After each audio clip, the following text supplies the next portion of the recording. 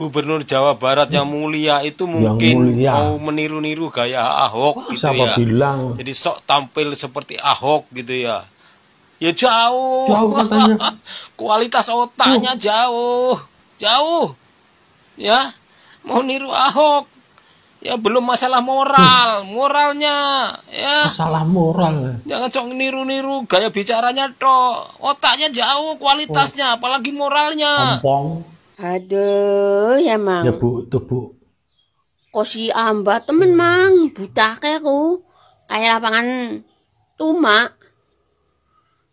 Aja mikiri gubernur Jawa Barat bae. Elingai kuning butake. Kosi amba. Ya Allah. Oling go bal-balan makuno. Butake ku. Bro. Terus sampean ku ya. Mabok ini ngendi. Masaprak ini ngendi. Masih mending gamang ya. Wong lanang iku makaya. Gawe batata, ngojek beca ta, derep ta. Enggo anak rabine aja ngurusi gubernur Jawa Barat sing lagi sibuk kan mah sibuk dewek beli ngurusi sampean ngecaprak. Kedeleng iri dengkine sampean ku ya. Ada kurusi bae butak kayak butak. Ini orang bisanya cuma gacor melulu. Menyalahkan Kang Deddy lah, yang masuk got kah. Apa kerjamu nih sebenarnya? Kamu ini orang mana, botak? Aku ini orang Jawa Timur. Tapi salut aku dengan Kang Deddy, Gubernur Jawa Barat. Bisa untuk contoh gubernur-gubernur lain, bisa untuk contoh bupati-bupati daerah lain. Kinerjanya paling bagus bagi saya. Kalau memangnya bisa, gubernurku Ibu Khofifah itu aku tukarkan dengan Kang Deddy. Kamu kok malah menyalahkan kinerjanya Kang Deddy, membanding-bandingkan dengan Pak Jokowi.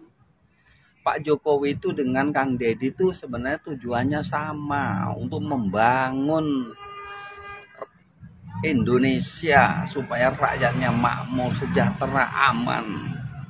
Bukan kayak kamu bisa cuma gacor. Karena ulahmu terlalu gacor, rambutmu sampai runtuh, gigimu sampai habis. Lebih baik itu kerja saja Pak, cari uang buat anak, buat cucu. Nggak usah bisanya cuma kowar-kowar.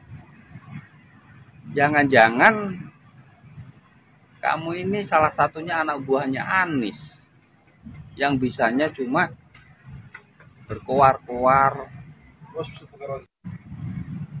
Atau pula bisa juga kamu ini tidak diberikan jabatan mungkin ya sama Kang Deddy.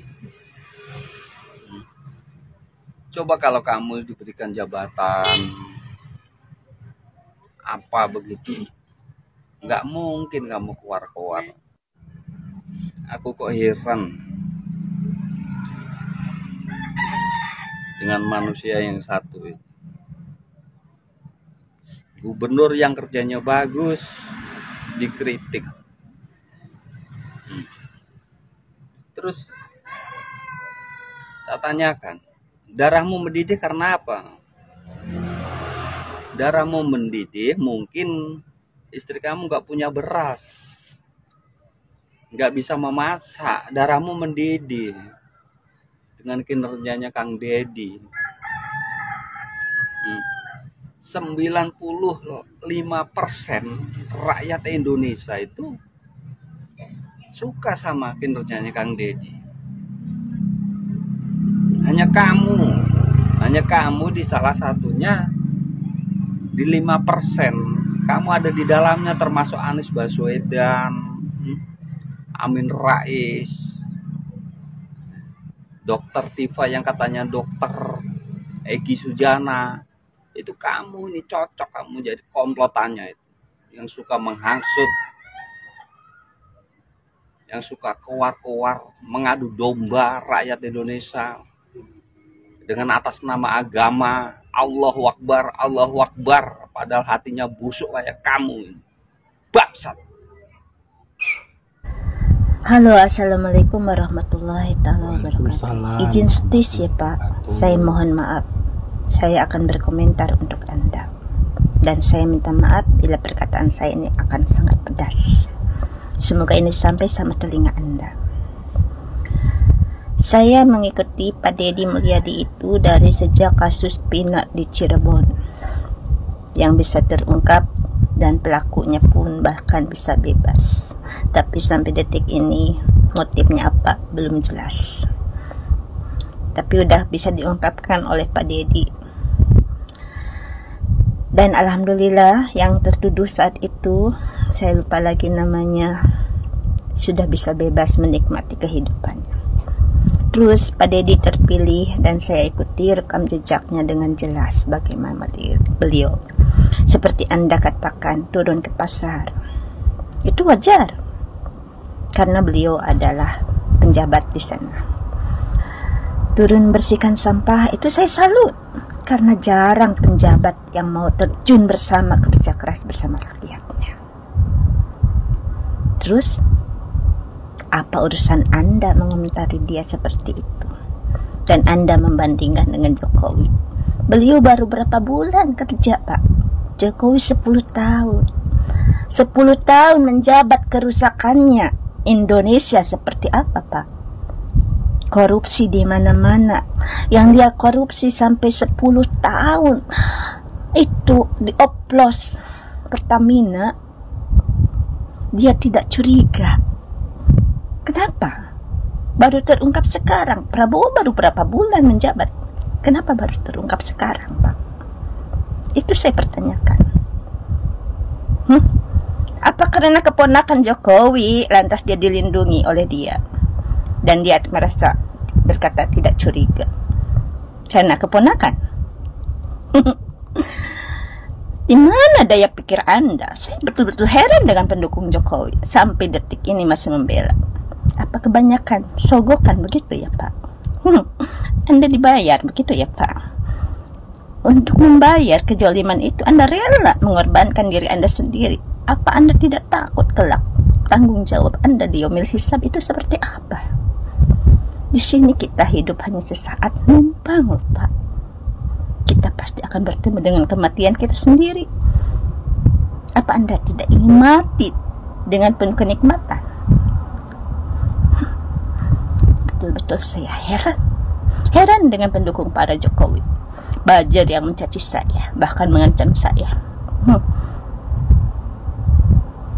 Saya betul-betul tak mengerti. Belalah terus, jilatlah terus penjolim, penguasa jolim seperti Jokowi. Saya betul-betul sudah muak dengan mereka. Salam waras aja ya Pak, dan salam akal sehat. Semoga Anda sadar. Assalamualaikum. Mohon maaf lahir dan batin. Pong, Ompong, dengar saya ya. Seharusnya pemimpin utama di negara ini mestinya mendukung gebrakan-gebrakannya. Itu adalah suatu tamparan seharusnya. Itu suatu tamparan karena ya selama bertahun-tahun gak ada gebrakan apa-apa. Terutama yang udah yang ke-7 kemarin. Gak ada gebrakan apa-apa. Pendidikan itu penting. Disiplin itu penting agar Indonesia tidak tercipta dengan premanisme. Ya, itu penting.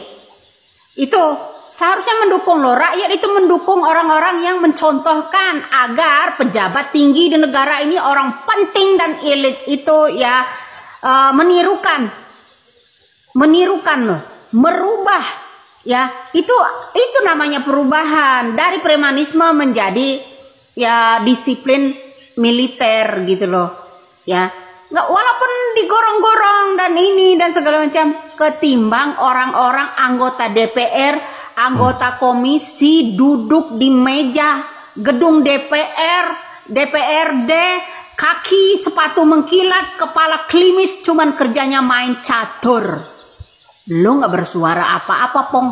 Ya seharusnya Pong, ya Pong itu dibor dulu ininya, bor. Ini sebenarnya mencerminkan agar elit-elit yang lainnya itu meniru, membuat perubahan, membuat gebrakan. Nah, nyek terus ini si Ompong. Ompong itu. Ini yang perlu didukung, bro.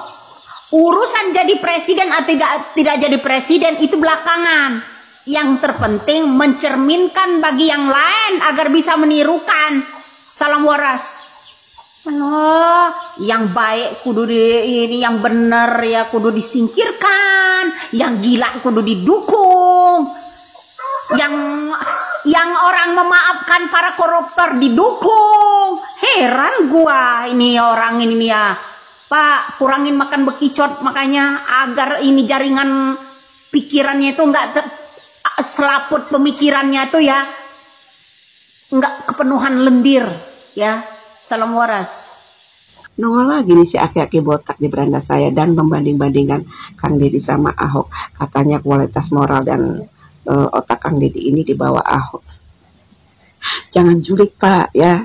Inilah salah satu orang yang berpikiran mundur. Akhirnya apa? Rambutnya pun ikutan mundur. Karena apa? Tidak bisa melihat sisi positif dari Kang Deddy. Akibat mulutnya terlalu julid, giginya pun sampai ikutan rontok.